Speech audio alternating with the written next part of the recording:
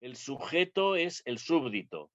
Y eso quiere decir que cuando hablamos de sujeto, hablamos de una relación política.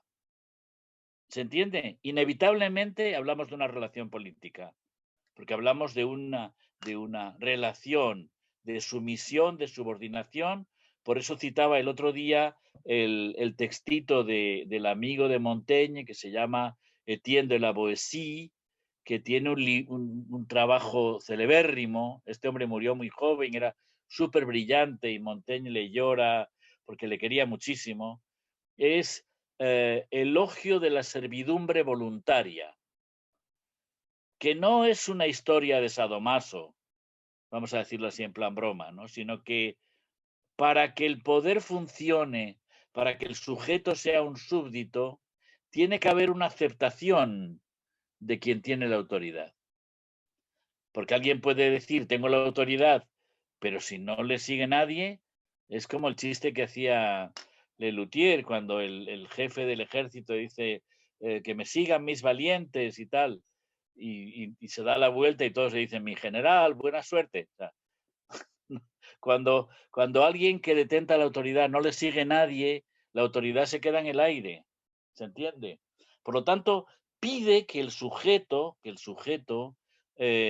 ejerza una aceptación de la autoridad. Y eso es lo que la Boétie llama la servidumbre voluntaria.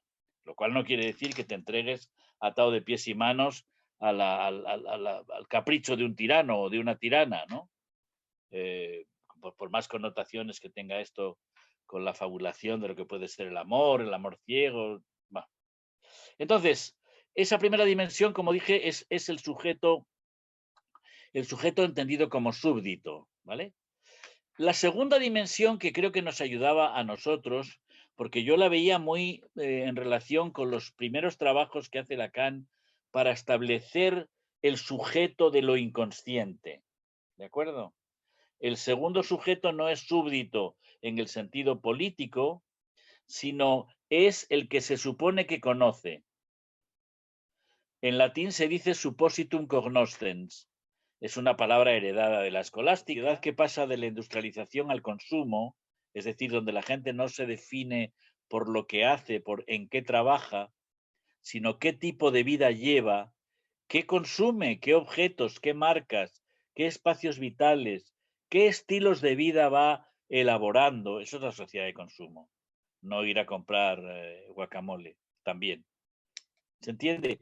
Esa dimensión tercera de la relación con los significantes del consumo lleva consigo una transformación radical porque entonces ya no son los modelos, ya no son los modelos de los varones y las mujeres diferenciados según la clase social en la que viven o a la que pertenecen, ¿no? Sino que en este tercer escenario, que comienza con el consumo ostentatorio de mediados del 19, lo que está en juego no es la utilidad de lo que yo produzco o la utilidad de la riqueza que genero, ¿no? Hay algo que tiene que ver con el deseo, que el deseo no es una cosa que nace en el diván de Freud, ¿no? Freud mismo lo dice, el deseo está por la calle de la misma manera que la transferencia está también por la calle y puede estar en un hospital donde alguien trabaja. Bien, entonces esa